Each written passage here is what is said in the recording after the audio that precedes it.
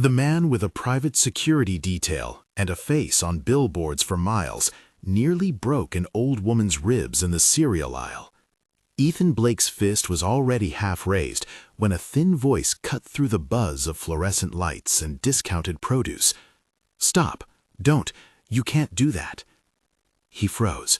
The woman, who smelled faintly of talc and hospital disinfectant, had a paper grocery list clutched to her chest. Her eyes were a storm of confusion and something older, a kind of patient stubbornness. She blinked up at Ethan as if she had tried this before and failed. "Out of the way," one of the security men barked. "Sir." The voice belonged to Ava Jones. She had been on her feet for 13 hours that week and still had the stamina of someone who had learned to carry whole households in a single basket. She worked for the family across town, the Blakes, wiping counters, remembering birthdays, knowing which pantry door stuck in the winter. She stepped into the gap between Ethan and the old woman, palms flat and steady. Her hands did not tremble. "Ethan Blake," she said, using his name as a fulcrum. "Look at her face."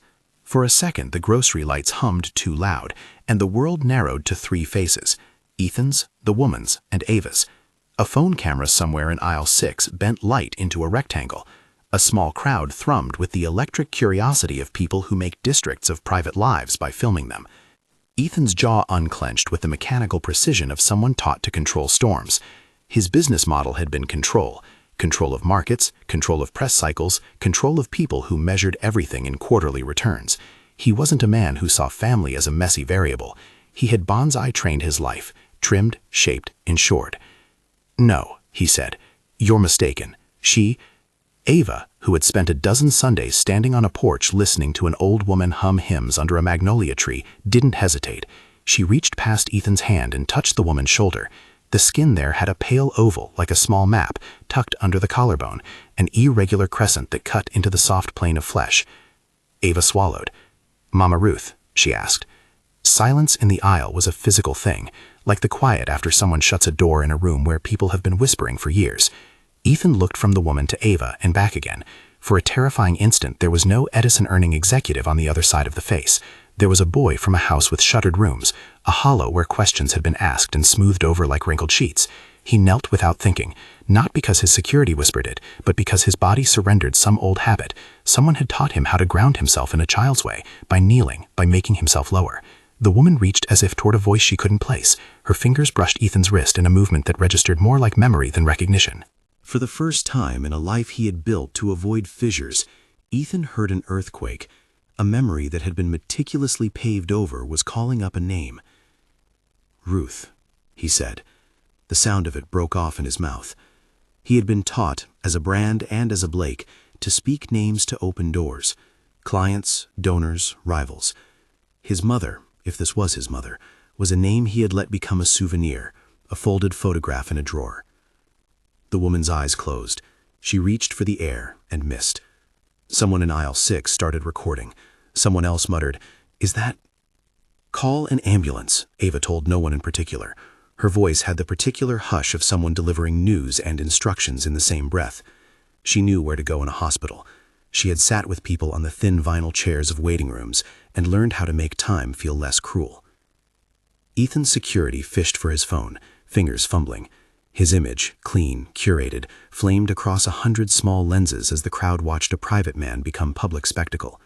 He could feel the industry of his life preparing responses without consent. Press alerts would be drafted before he could think. His board would phone. Investors would clench. But here, under the fluorescent hang of a grocery ceiling, those instruments of mitigation felt absurdly small. The woman on the floor had a birthmark that matched an old photograph Ava produced from memory, a sun-faded snapshot of a young Ruth Blake, cheek kissed by a child with Ethan's jaw. Ava's voice, when she said, "I used to sit on her porch and listen while she mended socks," was like a small, graven truth. They put the woman on a stretcher. Ethan followed, because not following would have been an admission that he could walk away from the past. He slid into the ambulance ride like a man stepping onto a stage he had never intended to enter. The siren keened, city light washed across his face. He counted the seconds between flashes and found that none of them made sense. At the hospital, the fluorescent hum was different, thinner, sterner, a sound that made you cough in your chest. Nurses moved with economy. They checked vitals. The woman, Ruth, if Ruth she was pale and small, a map of sun years and weather. Her hair was clipped short, gray at the temples in a way that seemed to insist on humility. When they asked for next of kin, Ethan's name hovered, a fragile flag in a corridor of anonymity. He had a number on file for funerals, and a list of pallbearers from years of staged condolence appearances. He had built a new narrative, public apologies and charity galas. The old narratives had been buried like kindling under his resume. The first doctor moved with clinical lightness. She's dehydrated, malnourished, shows signs consistent with prolonged neglect. We'll run scans, blood work, allergies, possible infections. Do you have any identifying information? Ava supplied what she knew, a shoebox of details collected over decades by someone who listens as a matter of survival. Names, birthdays, an old hymn, a memory of a porch swing rusting back and forth. She had no papers. The woman had been living under a name that had long ago stopped answering phones. Ethan hovered. The thing about wealth is that it can buy silence. It can buy records that say what you want them to say. It can buy press statements and contracts and erasures. That comfort dissolved in the sterile light of the ER. There was no market for a ghost. The hospital's sheeted world demanded flesh and verification. "There's a scar," the triage nurse said, bending an angle of her flashlight beneath the woman's sleeve. "Old, looks like metal abrasion." She moved a wrist that had a faded mark, rubbed at the cuff. A tiny metal shard came free, like a piece of flacked armor dug into a recent grave of skin. It was dull as a cigarette butt and pitted with rust. Ethan felt a cold pitch inside his chest. The shard looked like a link, a long-ago puzzle piece assembled. It was too small to be definitive, but when Ava took it and turned it in her palm, the light caught a history none of them had wanted to consider. "You sure?" Ethan asked, but he already knew. Ava did not answer with words. Her jaw worked. She had seen things in the houses she kept. Letters tucked in cookie tins, abandoned photo albums sealed in attics, a child's shoe with a name sewn into the tongue. She'd been taught, quietly, not to pry. Privacy was a kind of currency in which the employer's dignity was preserved, but some currencies are counterfeit when weighed on a human scale. "Samuel," she said instead, as if the old name could reassemble the parts of a story. Samuel had been the Blake estate groundskeeper until retirement, an old man who smelled of diesel and lemon oil, and he had a collection of grief buried in his stooped shoulders that looked like knowledge. He used to say things in riddles. "He knows where they kept the carriage house keys." The nurse frowned. "Who?" "Samuel Carter," Ava said. "He worked for the Blakes. He's still around. He knows old things." Someone's phone recorded a soft click. The hospital's small world had become a middle ground where, for a moment, the privacy Ethan had invested in his life unraveled into a net of questions. He had cultivated a reputation as a man whose past had a neat closure. His mother dead when he was 15, an obituary with a gentle, church-bound tone, a white cloth funeral with condolence flowers. That history had been tidy, serviceable. It had been the foundation of who he had become. Now the foundation trembled. The hospital did the pragmatic things. IVs, a CT, blood draws routed into tubes, labels affixed with neat handwriting. Tests do not lie. They only speak in technicalities. The list on the clipboard grew. The triage nurse logged, "Possible prolonged confinement." Words like that felt heavy, as if they could sink the whole apparatus of a life that had been built on denial. Ethan waited because he could not do otherwise. He watched the machines make breath into numbers, and the monitors turn life into data. At the edge of his throat, a new kind of vertigo had taken hold. Not the heady thrill of a takeover bid, but something that tasted like an apology he had never learned how to offer. 2 hours on the scans, the doctor said finally, removing a latex glove like a ceremonial act. He kept his words professional, but his hands betrayed a pity he was not paid to feel. No acute trauma. There is muscle wasting consistent with long-term immobilization. We found fragments, metallic, beneath one cuff. We'll have forensics do a basic analysis. With your permission, we'll also check any available records to identify her. Permission. Papers. Identifiers. Ethan felt the old armor of corporate language slide into place, the default reflex to convert uncertainty into paperwork. "Do whatever you need," he said. He should have called Richard. He should have summoned the corporate crisis team and the publicist who could vaporize embarrassment with a line of whitewashed verbiage. Instead, he found himself standing on a linoleum floor, the hospital light making his suit look absurdly new. Ava watched him as if taking his measure. "We need to find Samuel," she said. "He remembers the old staff. He'll know if this is Ruth, or if someone else is using her face." He nodded. The act of nodding was small, but it made the world move. It also, equally, initiated something dangerous, a chain of inquiry that would rattle closed doors. If this grabbed you, tap like and tell us where you're watching from. The next 2 hours slid by in an odd montage. Phones, business as usual text messages, a PR assistant who was already drafting neutral statements. Ethan's assistant, a woman named Corinne who had the calm of someone trained to absorb crises, sat in the waiting area with a pen poised over a legal pad. She never asked about his father. She asked about the board. And then Samuel Carter arrived, as if the universe had decided this was not a moment for small coincidences. He came wrapped in an old coat that smelled of grass and oil, his hands thick with work and time. He hesitated at the threshold of the emergency room, as if the fluorescent light were a different season than the one he preferred. When he saw the woman on the bed, when his eyes took her in, his body folded inward with a grief that did not make noise. He didn't ask for identification. He did not demand proof. He closed a fist and held it to his chest as if stopping a rumor with a fact. "Ruth?" he asked, voice breaking like someone who had been holding a melody for years. Ava nodded. Samuel's face moved through the catalog of a man remembering. He took in the birthmark, the wasted hands, the small metal shard now taped to a specimen slide in a paper bag. He said, finally, "I told him once. I told Mr. Blake's brother. I said, you keep a body hidden, and someone will never forgive you. I was told to mind my place." Words like "mind your place" had a way of being gentle commands layered over worse things. They were often the phraseology people used to edge someone out of truth and into silence. Samuel's eyes were the color of old ledger paper. They held a ledger of their own. He had worked the Blake estate for decades, mending fences and watching the private life of wealth unfold like a theater behind hedges. He had seen things that didn't make sense. "Where could you think she was?" Ethan asked, because the question was simpler than the implications. Names are places. Places are records. Records create stories.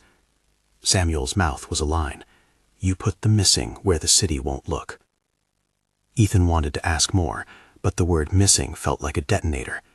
The hospital's quiet pressed. "Who?" he said finally. "Who did this?" Samuel's jaw tightened. He looked away, then back. "Not who," he said. "Who paid for who not to be found." There are sentences that rearrange your life. This was one of them. It implied ledger lines, signatures, payments. It implied that a family built on philanthropy and named chairs and airtight press statements had, in the dark, bought the erasure of a life. The forensics came back with a lab slip. The metal was consistent with hardware used on restraining devices. It was old. It had been pitted in the way that only years of exposure could create. The word "pitted" sat on the page like a small accusation. Ethan looked at the slip as if seeing his own hand in the ink. The hospital had done what hospitals do: catalog, record, hand over data to authorities if appropriate. If the fragment was evidence of unlawful detainment, then others had to answer. For the first time since inheriting a company and a last name, Ethan felt his control voting against his comfort. "Who do we tell?" he asked, voice low. He had options: the police, internal counsel, the kind of outside counsel who could quiet things with non-disclosure. He had an uncle with a steady avian face named Richard Blake, who had watched Ethan's career like a trainer watches a thoroughbred.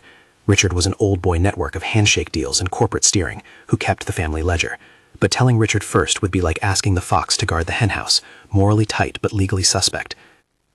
Ava set down the small paper bag. "Samuel thinks the carriage house," she said. "He said once they moved things when the city put in the new roads. They hid the old things where people won't look." "Why would they hide her?" Ethan asked, as if asking for motive could make the fact less monstrous. Samuel's expression folded further. He had long ago learned the economy of not speaking offensively. "Power," Samuel said simply. "Sometimes power doesn't like witnesses."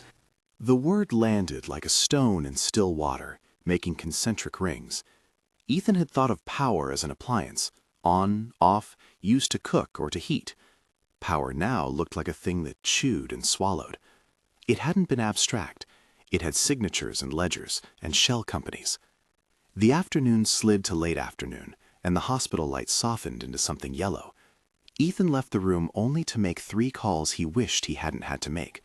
The first was to a private counsel, precautionary, procedural. He asked for advice without revealing all the facts. The second was to his chief of staff, who told him the board would want a statement. The third he did not make. He could not ring his uncle and ask, "Why is a woman I believed dead in a hospital bed with a metal fragment from a shackle taped to a piece of paper?" That call felt like opening a match in a room full of ghosts. Instead, he sat in a windowed cafeteria with a paper cup of coffee that had gone flat. He watched a man in a suit across from him scroll through headlines about market tremors and celebrity divorces. Everything and nothing. For all his wealth, Ethan had never felt so liquid, as if all the assets that defined him were now passive liabilities. He thought of the chapel service he'd attended as a boy when they told him his mother had died. He remembered the stoic handshake of his uncle, the way Richard's voice had folded around the funeral like a neat ribbon. He had accepted the official story because it came from people who seemed to own narratives, people whose explanations fit into the tidy book of what successful families do. Grieve, appoint a successor, carry on. He had assumed absence meant a closed chapter. But absence can be active. Absence can be manufactured. Samuel shuffled his hands into his pockets. There were rumors, he said. People saw things being loaded into trucks late at night. I told myself not to see. You learn to look away. We all learn to look away. Ethan's breath felt thin. Who else knew? Samuel looked at him with a tired patience. Enough. People who keep their hands clean keep their lips shut. 2 days later, labeling the small jump of time like a title card in an old documentary, Ethan sat in the leather privacy of his downtown office and looked out at the city. The skyline, usually a reassurance of order, now felt like a jury. The boardroom behind him hummed with the faint sound of a world he had made keep itself civil. On his desk, a thin envelope contained the hospital slips and Samuel's written notes. A small piece of weathered metal sat in a plastic evidence bag like an accusation tucked in a donation box. Ethan had always been comfortable with looking outward, at analytics, at market share, at the polite arithmetic of philanthropy. He was now forced to look inward, to consider that the family ledger he had inherited was stained. The question was not only who did this, but how deep did the complicity go? To friends, to law firms, to private contractors who moved things and carried secrets. Do we go public? Corinne asked, ever the practical one. Do we call a press conference? Not yet, Ethan said. We need to know what we're dealing with. We need facts. He said the word as if it were a shield, but facts can be manufactured too.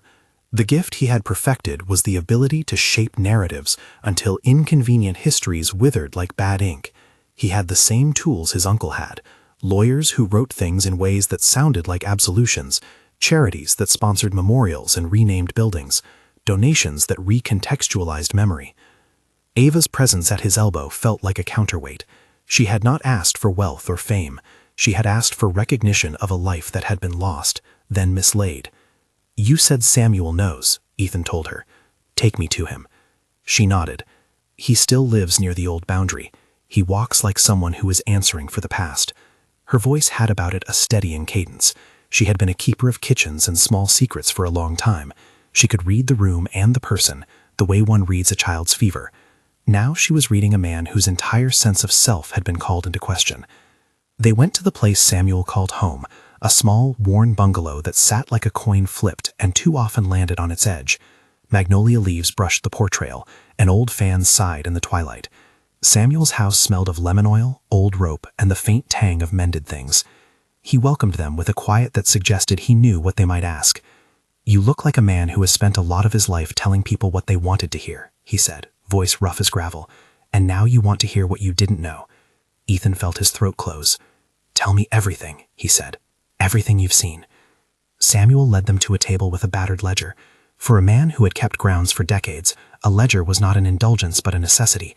He flipped the book open. Inside were inked notes. Dates, names, payments scratched in loops of economy. They were not formal records. They were the memory of someone who had been paid in cash and secrets. There were names that looked like children's nicknames, places with unfamiliar postal codes, and once a scrawled note. Carriage, midnight, no questions. People took things to the carriage house when they wanted them to disappear, Samuel said. Not everything that disappeared was meant to. Sometimes hideouts become prisons. People forget that there's a difference. Ava pointed to an entry dated the year Ethan's mother was said to have died. There was an odd initial and a sum of money, followed by a child's name she recognized from a photograph hung in a church. Ruth had kept that photo pressed between hymnals for years. The ledger didn't say for a missing person. It said arrangement, which is the kind of word that can function like a broom, neat, civil, sweeping away dust under the rug. Is this proof? Ethan whispered. Samuel's hands were work-scarred and steady. Proof, he said, is when a court says you can't deny it. The difference between suspicion and legal proof is the difference between a rumor and a verdict. Ethan knew he didn't yet have either. He had a birthmark, he had a shard, he had a ledger that suggested payments, he had someone, Samuel, willing to let these things out of a box. He had, crucially, a moral vertigo. There was another piece he didn't know he needed, the way an old photograph can change when you learn it was taken in a room that had locked doors. He thought of the white dress in a funeral picture he had kept in a drawer. He had not noticed the seam of something in the photograph's edge, a detail a sharper eye might have read as proof that the narrative had been staged. Outside, the city slipped into night, and the magnolias closed their white petals like folded envelopes. The scent of their flowers reached in through windows, as if carrying messages from an old, gentler map of memory. Ethan inhaled. The perfume was almost an affront, beauty in a world that had become a filing cabinet for secrets. He had to choose. He could alert counsel and close ranks, bury the forensics and sealed filings, and make a statement about family matters and private grief. He could do what his uncle would expect. Or he could do something else. Let the story be seen, imperfect and raw, through the glare of public light. That choice would cost him everything the company had promised to protect: reputation, shareholder confidence, the tidy phoenix of philanthropy. Ethan had built a career on being risk-averse where it counted. He felt a pull, both physical and ethical, toward a different risk, letting truth have its day. Ava watched him through the dim light. "If you bury it," she said slowly, "there will be others like her. No one will look. People will keep paying to keep things quiet. That makes all of us complicit." He closed his hand around the evidence bag. The little fragment of metal rattled like a small seed. It felt in his palm both negligible and enormous. He could imagine a statement that would soothe the markets and another that would allow the law to do its work. He thought of Ruth's fingers curling around his wrist in the grocery store, as if she were testing a name. "Then we don't bury it," he said. Samuel nodded once, as if this were a verdict he had been waiting for. "You do what's right," he said, "but be careful who you trust. People who keep secrets are oftentimes those with the neatest smiles." The light of the porch seemed suddenly thin. The choice to act ripped something in Ethan that had been stitch-bound for years. He felt exposed as a ledger, as if his life had been left open on a table where the wind could turn pages. They left Samuel's house with an agreed plan that was more instinct than strategy. Gather what proof they could, avoid tipping anyone who might be a part of the machinery that had shut a life away, and decide whether to bring this to a lawyer or a journalist in whose hands the truth might actually be safe. Ethan drove through streets that smelled of rain and frying food, the city both familiar and alien. He rehearsed conversations he would rather not have, with his uncle, with his counsel, with men who had written checks and kept secrets. Each rehearsal was a sharp drafting of the lines he feared. At home, the Blake estate sat like a museum of achievements: columns, an angular modern wing that housed art with corporate providence, a guest house with a pool that caught light like a shard of blue. It felt suddenly obscene. He had grown up here, sleeping under chandeliers that had never known the heat of unanswered questions. Now those rooms felt like stages where actors had pretended a truth that was not true. In the quiet of his study, he opened his mother's old letters, things he had saved as relics but never read for meaning. The envelopes were anonymous, the handwriting familiar. He flipped one open and found a phrase that seemed like an echo: "Tell me you will not forget." He hadn't thought much of it before. He had file folders called memorials and trusts, but his mother's handwriting belonged in a different ledger, one not balanced on profit and loss. Somewhere, a camera phone recorded a man named Ethan Blake following a woman into an ambulance. Somewhere, the internet digested the clip. Somewhere, a rumor began that a billionaire had been confronted with the specter of a past he had thought settled. That night, Ethan did not sleep. He felt the weight of a decision like a thing pressing on his ribcage. He had to decide whether to move in the direction of public exposure, bring in a journalist who could handle the legal protocols and vet documents, or to go the internal route, employing lawyers and auditors who might sanitize the narrative into a more palatable truth. He had another consideration, one that was private and painful: his uncle, Richard Blake.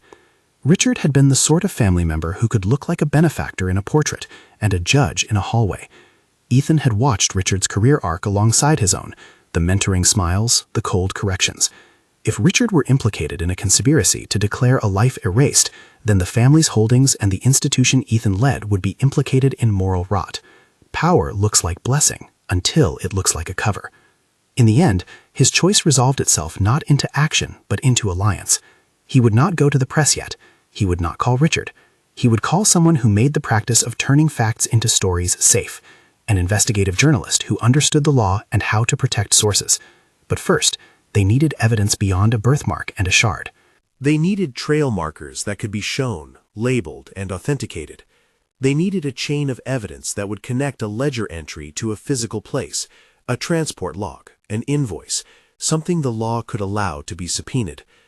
The work would be messy. It would involve people who could be trusted only until they could not. It would require them to walk through old rooms and read files that smelled of dust and denial. It could end in ruin for a man who had profited from a narrative, or it could end in repair. Outside, the magnolias stirred in the night wind. Ethan stood on the balcony and let the smell reach him, like a benediction or a rebuke. He thought of the woman in the grocery and the small, calloused hand that had held his as a boy. He thought of how the absence had been taught to him as order. He thought of how seeing, a single person daring to see, had undone that order in a matter of seconds. Ava stood by the door, her silhouette a calm against the dark. "We should start with the carriage house," she said. "If Samuel's right, that's where old things ended up." He nodded. The word carriage house sounded small and enormous at once. It conjured a place where history was stored like furniture, a place for things you wanted to keep but not look at. It suggested a geography of secrets. In the drawer of an old desk, he found a key stamped with a number that matched an entry in Samuel's ledger. The key was cold and meant nothing by itself, but keys carry stories. They say someone once had permission. They say someone once decided that a door could be shut. Ethan put the key in his pocket and felt the weight of what it might unlock. He thought of how the rest of his life might be refitted around the search for answers, how a livelihood could become a moral project. He did not sleep, not because he was afraid, but because the choice to know had made insomnia into a duty. Dawn bled a weak blue through the blinds, and the house exhaled the scent of magnolia and lemon oil and 1,000 small household etiquettes. He dressed in a plain shirt, nothing like the suits of the boardroom, and met Ava in the driveway. Samuel had given directions he'd half learned from memory and half from the ledger. As they drove away from the estate, the city shrinking in their rearview mirror, Ethan had a lucidity that felt like a bruise. The life he'd been given was built on stories other people had written. Now he had to help write a new one that put truth before convenience. They were not yet at the point of breaking locks or defying law. They were still in that careful zone where questions replaced choices and where every step required thought. The carriage house might be full of empty rooms, or full of the evidence that made time complain. It might be nothing but a pile of old beams and the ghosts of horses, or it might be the place where a life had been placed like a parcel and forgotten. They climbed a dirt road shaded by magnolia boughs. The air smelled like old summers, and the heat of Georgia was already gathering like a pot. The carriage house sat behind a hedge, its paint peeled but resolute. Samuel's hand shook as he fitted the key into a lock that had been oiled but never glorified. The door swung open on hinges that sighed. Dust motes made the sunlight visible. Boxes lay in disordered stacks, a tangle of canvas and rope, a forgotten saddle, a crate labeled with a charity's name. Things people used to prove generosity and now felt like evidence of omission. Ava moved with the small authority of someone who has known a house as a living thing. She opened boxes and spread old linens, found hymnals, a tin of buttons, a folded photograph. Each object was a minor altar. In one box she found an old ledger bound in leather, its pages brittle and full of names and notations that looked like the margins of a family's worst bookkeeping. Ethan turned a page, and his eyes stopped at an entry that made the room tilt. It listed a date, a small sum, and a note mentioning relocation assistance. It referenced an account number that matched a shell corporation he'd seen in legal papers once, but had never fully traced. A corporate ghost. "Who opened this box?" he asked, breath short. Samuel shrugged. "I did it once to see if something was in there. I thought I'd be keeping it safe. I didn't know." Ava flipped through photos until one slipped from the pages. a color photograph of a woman with the same crescent of pale skin at her shoulder, smiling as if the world were a small, safe place. The photograph had been taken in a room that smelled faintly of lemon oil and starch. A child's hand was at the woman's cheek. Ethan's hand. He felt lightheaded. The photograph was a bridge between the neat obituary he had known and the ragged reality before him. It was proof that the narrative he had inherited had been composed by people who had access to erasures. He looked at Samuel. "Who paid?" he asked. Samuel's eyes were steady. "You don't want the ledger to be just numbers," he said, "but it is at first. You follow the money and you follow the people who got quieter when the ledger got heavy." It was a map drawn in ink and omissions. They knew, in the way people do when they begin to look, that the carriage house had been a depot for things arranged to vanish. They knew, too, that if this was true, the missing woman's reappearance would have consequences not only for their family, but for every institution that had once accepted silence as a payment. A sudden sound made them all look up, a vehicle on the gravel road. No one said anything, but the atmosphere tightened. The world had a way of retaliating when secrets started to leak. Beyond the hedge, a car slowed and paused near the gate, headlights cutting the morning. For a moment, Ethan imagined his uncle's face, the cool, bird-like features. He imagined Richard studying the car's dashboard, like a man who owned the roads. The car turned and drove away. Small relief, but relief nonetheless. They gathered the documents they could carry. Evidence had weight beyond its physical mass. The ledger, photographs, and the tiny evidence bag were a jury in themselves. They loaded them into the trunk of Ethan's car like contraband of conscience and drove back through streets that smelled of daybreak and fried pies. By the time they returned to the hospital, the woman's condition had stabilized. Tests were pending. Forensics would need time. For now, there was only tension, a tightness that sat in the center of the chest like a held breath. Ethan sat by her bedside and watched her sleep. Her breath made small tides beneath the sheet, like waves rolling over a stone. There was dignity in the way she rested, even now, even in a bed in a public hospital. He had questions. How could anyone justify the absence of a life? And no easy answers. Ava took her hand and hummed an old hymn she had once heard Ruth sing on a porch. The sound filled the room with an intimacy that did not require permission. Ruth's fingers tightened for a moment, and then loosened, as if answering the sound of a name she had not used in years. Ethan thought of the ledger, of shell corporations, of signatures that had the soft edges of excuses. He thought of the moment in the grocery aisle. He thought of the ledger, of shell corporations, of signatures that had the soft edges of excuses. He thought of the moment in the grocery aisle and the way the world had rearranged itself around a single touch. When Lena Kavanaugh called, she sounded like someone who had been waiting for permission to speak. Her voice, sharp, tempered by exhaustion, slid into the room's quiet like a lens focusing. "I've read what you brought me," she said. "The ledger is a map. The shell account numbers point to transactions, not philanthropy. You should know, I have sources who will corroborate the carriage house entries. We can take this public, but we need to be surgical about sequence and proof. Otherwise, they'll drown the truth in procedure." Ethan listened. He had expected fury or relief or a corporate script. What he heard was the rhythm of someone who had made a career out of finding a through line in the noise. Lena reminded him of the rules he had been raised on. Boardroom rules translated into reportatory grammar. Never show when you can reveal methodically. Always anchor claims to evidence. "We can't publish without the other pieces," Lena said. "You and I both know a birthmark and a rusted shard aren't enough to take down a family empire.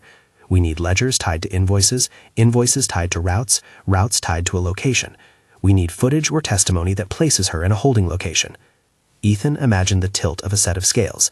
He had the ledger and the shard and Samuel's memory. What he did not have was institutional corroboration, documents with bank stamps, signatures, or an official transport log.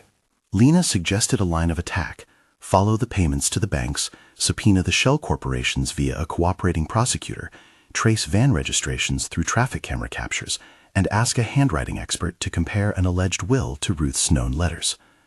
He told Lena he was ready to open his doors. She was explicit. "I need absolute freedom to publish. No PR KPIs, no managed statements. If you want me, you have to let the facts speak." That night, in a small, windowless conference room, he signed an agreement with no boilerplate virtue. He ceded control of timing to truth. It was the first time in his life that he made a choice that could not be optimized for reputation. Lena's first move was surgical. She published part 1 as a steadied piece of journalism, a timeline built around ledger entries, the carriage house photographs, Samuel's ledger excerpts, and a careful explanation of the shell company structures connected to Blake family accounts.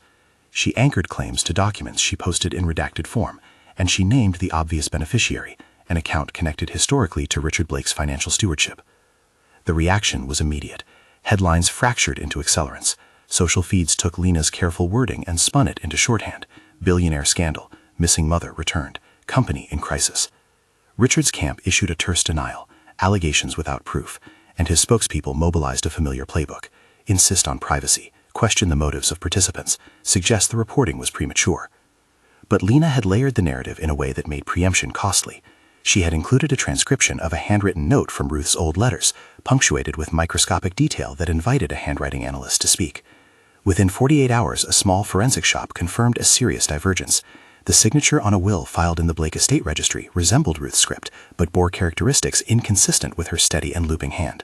The will's signature had abrupt mechanical strokes, like someone imitating a memory. Once the handwriting report hit the newsroom, the story gained juridical teeth. The state attorney's office assigned a team to review Lena's materials. A prosecutor, cautious and precise, asked to see banking records. Within a day, a bank compliance officer flagged several payments that matched ledger entries Samuel had shown them. Richard's response hardened. He called a board meeting and used a private consultant to drown the airwaves with rumors of opportunists and bad actors. He hired Black Haven Security, a private firm whose vans were as sleek as armored statements. Simon Voss, who ran operations for Black Haven, deployed men in plain suits and men in bright logos. There was a sense that Richard was assembling a protective geometry around his life. The geometry broke on a Tuesday when a traffic camera clip surfaced, accidentally captured by a municipal feed and leaked through a whistleblower.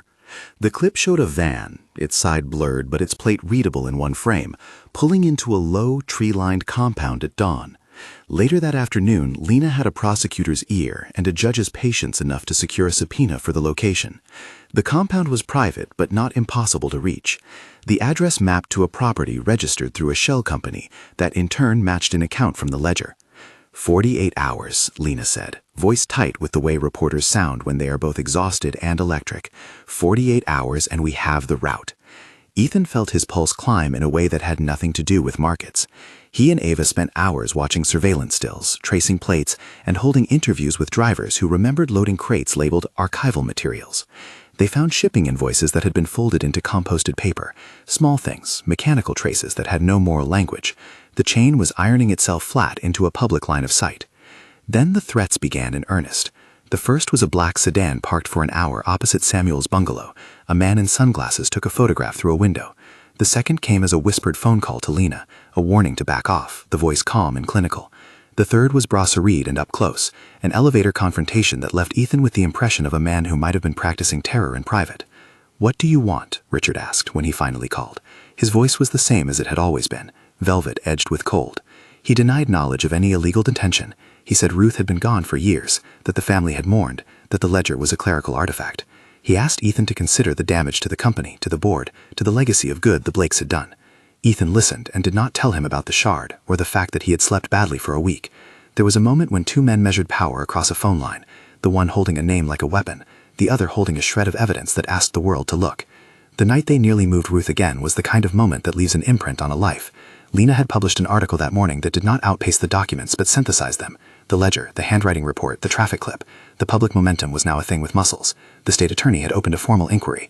That afternoon, a nurse at the hospital noticed a new van in the lot, an unmarked vehicle that matched a Black Haven shell. Security footage showed two men approaching the hospital entrance with a small, secured stretcher. Ethan received a call from the nurse. "They're trying to transport her. They say they have family authorization." The thick, polite tone she used was the voice of hospital personnel who have to manage legality and compassion in the same breath. Ava's reaction was immediate. She felt the mechanics of being erased in the air, men moving a body like a briefcase. She had known what it felt like to be sidelined. "Don't let them," she said. "Call Lena. Call the prosecutor. Get records." Lena arrived 10 minutes later with a camera crew and a prosecutor's investigator. There were no cinematic heroics, no running down a van, because the scene had been legalized by a chain of people who understood how to turn motion into accountability. The prosecutor presented an emergency affidavit and an officer with jurisdiction enforced a hold. Blackhaven agents, their badges glinting with corporate power, found themselves facing cameras that would not be turned off. The spectacle of men in suits trying to move a woman who might be a living piece of criminal inquiry made their actions feel suddenly like a judgment in motion. Richard's men were aggressive only for a moment. Under the press light, under the weight of legal oversight, their resolve deflated. And in the hours that followed, a press release from Blackhaven claimed they had acted on orders from a concerned relative and that a review was underway. The language was careful, the act was not. When they learned where the van had come from, a templated compound on the edge of a county, Ethan and Lena pressed forward with the prosecutor to secure a search warrant based on the mounting ledger evidence and the traffic clip. In the courtroom, Judge Harper read the affidavit and signed the warrant with the kind of grave attention that made the air feel official. "I am issuing a search," Judge Harper said. "There is probable cause to believe evidence of unlawful confinement or concealment may be found on that property." They went at first light. It was an oddly cinematic procession, a county cruiser, a prosecutor's car, a mobile unit Lena brought so that the world could bear witness without spinning rumor. Behind them, Blackhaven lurked like a moral question. The compound doors opened to the quiet of a place designed to be hidden. There were outbuildings, a workshop, and a storage unit. Inside a small, windowless structure, they found a room with a cot and a thin stack of personal items, a few dresses, a hymn book, a folded photograph. There were no cameras because the place had been designed for erasure, not spectacle. When they opened the final door, a nurse's hand shook. Some gestures carry both hope and fear.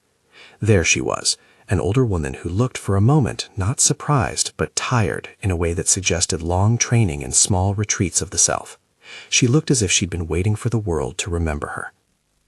Ruth blinked at the lights and at the faces around her. For a beat she was inventory, assessing whether the people who held her were safe, whether kindness would hold. When Ava stepped forward and took her hand, the gesture was as simple and as old as the country porch they had all known. Ruth's fingers tightened. "They recorded everything," Lena insisted, and the prosecutor insisted too. Record the opening of drawers, label the photographs, take timestamps. A nurse took vitals, and a prosecutor threaded questions in the way a careful person asks, in measured, legal lines that also allow a human to breathe. Ruth answered with the economy of someone who had kept herself intact by economizing words. She did not offer melodrama. She said small, precise things: the sound of hinges, the smell of lemon oil, the name of a hymn. Her testimony was not a roar. It was a ledger of moments, dates that coalesced into a pattern, a crate that had come in under another name, a sentence about a man who had come to check on her and then not asked how she was. The prosecutor listened and wrote, and Lena's camera recorded, and a world that had been built to shroud a life gradually found itself accountable for the instruments of silence it had used. Public response was a kind of weather. Lena's rescue footage, unflashy, earnest, legal in its steps, and suffused with the tenderness of those who had found a person, went viral. Not the theatrical kind of virality that demands a single frame. This was a slow, moral contagion. People shared the video not for sensation, but because it showed an injustice undone. The clip of Ruth's hand meeting Ava's became a motif in feeds and editorial columns and water cooler conversations. Richard watched the footage from the empty comfort of his study and understood the scale of what was happening. He released a statement that was polished and sparse, claiming he had acted for the family's privacy and suggesting that accusations short-circuited the nuance of grief. It read like a man who had always understood how to phrase absence as care, but nuance didn't stick in a world whose evidence was now on the record. Charges were filed. The state attorney indicted several parties on counts that ranged from conspiracy to unlawfully confining a person. The charge sheet did not carry flames. It carried dates, ledger entries, and invoices. Ethan's name appeared as a witness. Richard's name appeared as a defendant. Simon Voss and Blackhaven were subpoenaed to account for their role in attempted transport that had, by the law's measure, looked like concealment. The Black Board convened in a room made for optics. Directors who had attended ceremonial dinners and ribbon cuttings now had to face an economy of legal exposure. They suspended Richard from active duties pending review. The company's stock dipped. Investors scolded. The board appointed an independent committee to audit gifts to nations and governance. A public statement promised reform and transparency. It was a necessary choreography. It also felt like a peeling of varnish. Cassandra Blake, Richard's niece and a member of the family with her own claim to narrative filed a lawsuit that read, in legal parlance, like retaliation and privacy violation. Her counsel argued the rescue and the publicization of personal family matters were an invasion. To some viewers, her suit looked like a ploy, an attempt to shift the story's frame from accountability to family privacy. To others, it was a reminder that moral clarity rarely maps neatly onto legal clouts. But cameras do a thing courts cannot. They render a life visible. Ruth's public testimony, given later in a courtroom with Judge Harper presiding, was quiet, dignified, and devastating in its simplicity. She did not scream, she did not wail. She described, clearly and without embellishment, the ways she had lost time and the moments that made a life into an argument. She spoke of hunger that small household kindnesses could not wholly soothe. She spoke of being moved from one room to another, and of a man whose face she never learned, because faces can be kept from a person by consistent, small omissions. When she finished, Judge Harper's face was composed, but not untroubled. The law moved like a heavy machine, procedural, slow, essential. Richard was arraigned in a court full of reporters. He entered with a measured gait that was the picture of someone who had always assumed his private dominion was impenetrable. The fall from that dominance was public. The charges, the arraignment, the flash photographs. The law weighed evidence. The media measured outrage. The company appointed an external monitor to review past donations and family trusts. Ethan, who could have retreated into PR, did something else. He went to the podium at a press conference and read a statement in which he spoke not as a lawyer, but as a son. "I built a life around control," he said. "For years I performed grief because someone told me grief would keep things tidy. That performance held other people in its shadow. I thought my role was to manage the perimeter. I did not understand that management can become a means of erasing people. For that, I am ashamed." His announcement that he would step down as CEO and place his shares in a blind trust reverberated. It was both a sacrifice and a strategic acknowledgement that the business needed separation from family power to survive reform. He did not do it to save face. He did it because he had learned, through the sharpest of personal failures, that the preservation of an institution required removing the person whose name had become the institution's shield. Ava's presence at his side was public and private. She never sought the limelight. She sought accountability. She sat through depositions and news cycles, answering questions with the economy that had always been her strength.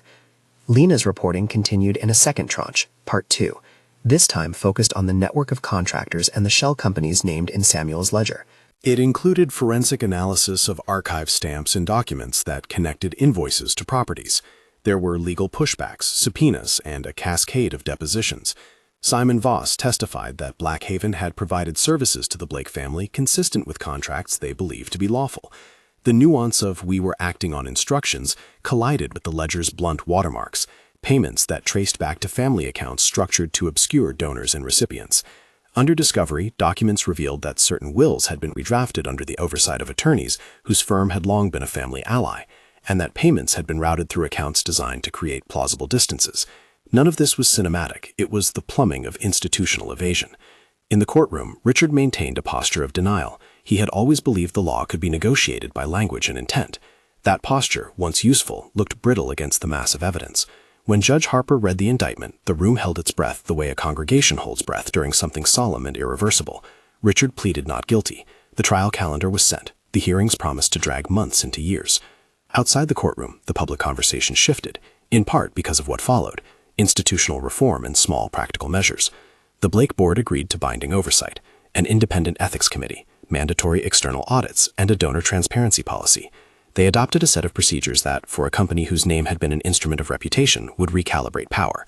It was a necessary repair, and it also functioned as a penance of sorts. In the quieter aftermath, life rearranged itself into small acts of repair. Ruth moved to a rehabilitation facility where she relearned how to be a person unshadowed by secrecy. Her recovery was paced with good and bad days, the necessary provisions of physiotherapy, and the slow mending of trust. She testified on the company's behalf at a reform hearing, and her words were not about revenge, they were about being seen. Ava became almost overnight a public figure in a way she had not chosen. Newspapers wrote about the maid who had dared to intervene in a supermarket. Pundits debated the audacity of a woman who refused erasure. But Ava remained herself. She continued to argue for measures that would prevent such abuses, funding for community shelters, better oversight of private security firms, and protections for employees who speak up. She refused offers to monetize her story. The moral currency she sought was restitution, not profit.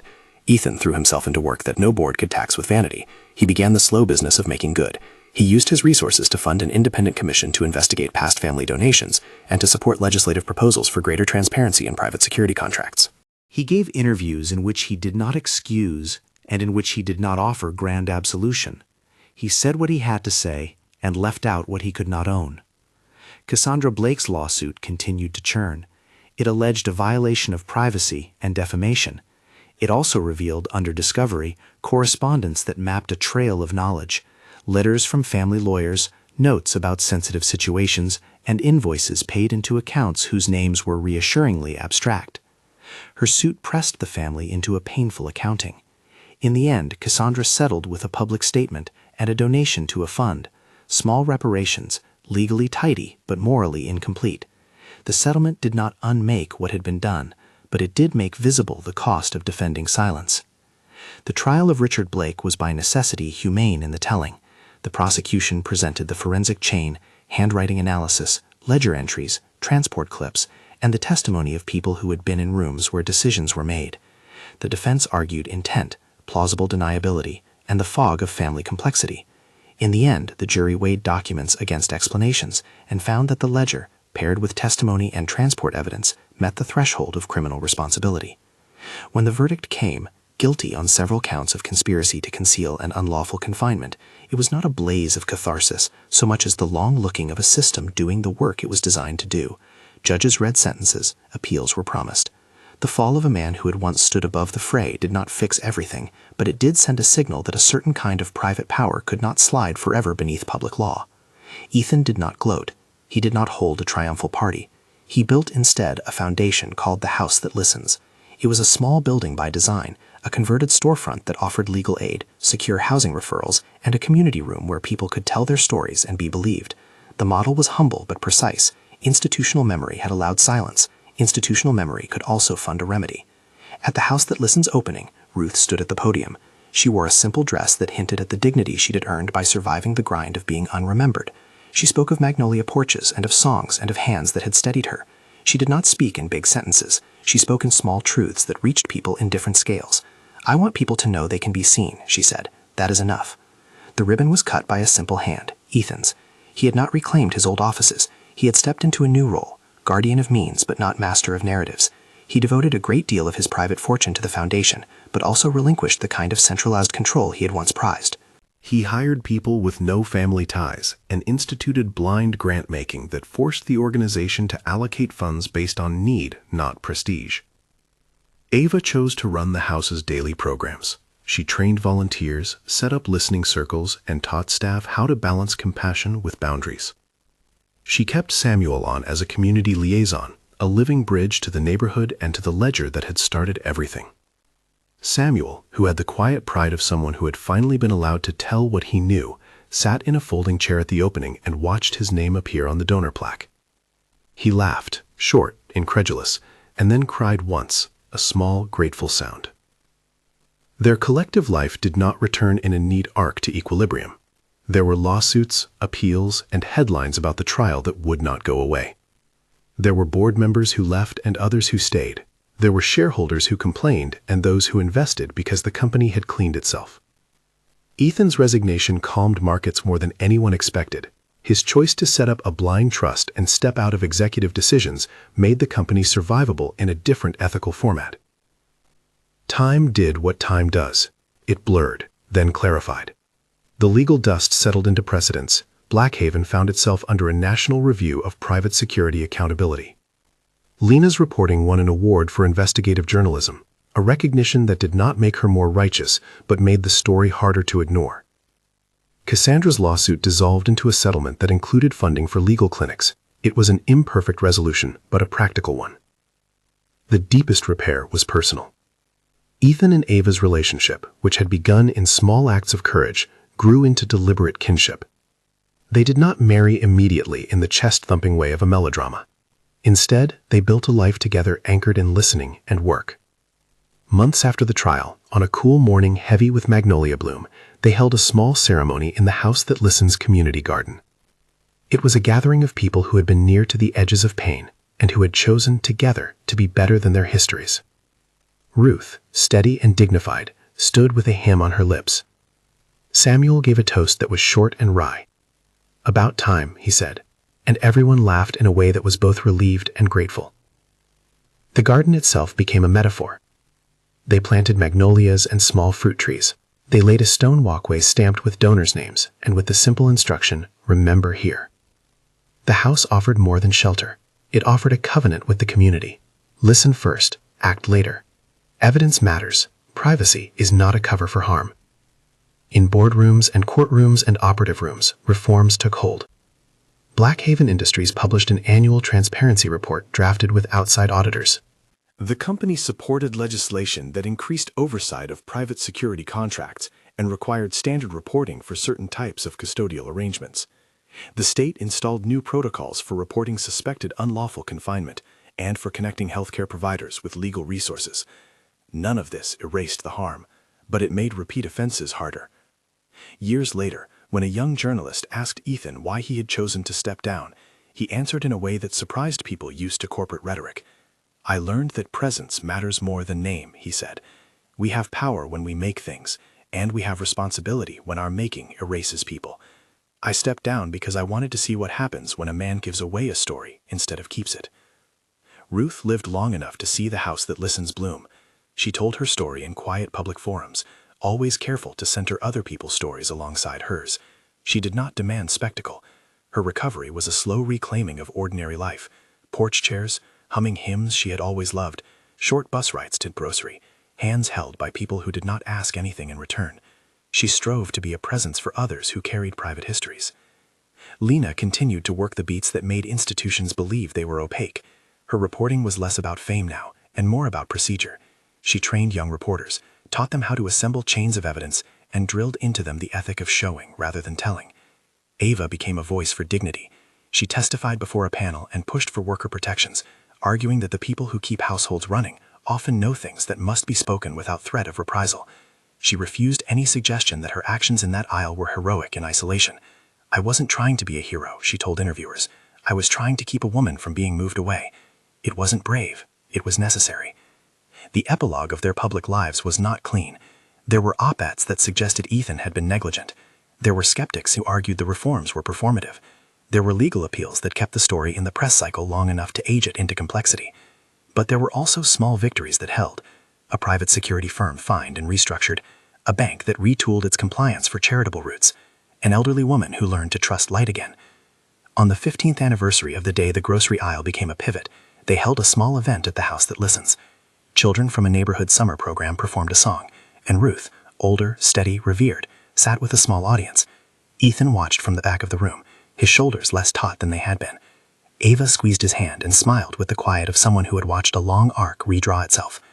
Lena's camera captured the ceremony, but was careful not to sensationalize. The footage that ran across feeds that night did not dwell on scandal. Instead, it showed a sequence of things that, when edited together, felt like healing. Hands planting a sapling, a ledger sealed in a public archive, a judge signing reform orders, a small plaque that read simply, "For those who were not seen." When the event ended, people lingered on the porch under magnolia branches that smelled like summers past. Samuel poured lemonade from an old pitcher and handed cups to those who remained. He looked at Ethan and Ava and Ruth, and then at the saplings they had planted. "You did something right," he said, more observation than praise. He had done what he could, kept a ledger, told a truth, carried a memory. The repair they had built was a scaffold for more work. The story that had started as a single catalytic touch in a supermarket had become not a tidy arc of punishment and restoration, but an ongoing negotiation between power and seeing. The billionaire's past had been darker than most could have imagined, not because he was monstrously deviant at his core, but because a system of polite erasure had been in place, and because his family had preferred concealment to reckoning. What made the narrative different was that people chose to see, to document, and to force the institutions meant to protect into doing their jobs. In the end, the darkness was not about an individual's corruption alone. It was about the architecture of silence that allowed a life to be hidden. The answer to why the billionaire's past was darker than anyone could imagine was not merely in the ledger or the shard or the will. It was in the quiet agreements that had been made with institutions and with conscience, the agreements that, when someone finally refused to honor them, became visible. The last shot of that season of their lives was not a headline, but a small scene. Ruth sitting on a porch bench at the house that listens, sunlight falling through magnolia leaves. She hummed a hymn as children played in the garden. Ava clipped herbs into a basket. Ethan leaned on the railing and watched the world, not to own it, but to guard it. Justice had not erased the hurt. It had, in its slow and flawed way, chosen to keep company with the truth. If you found this story compelling, subscribe for more investigative deep dives that follow the evidence and the people behind the headlines.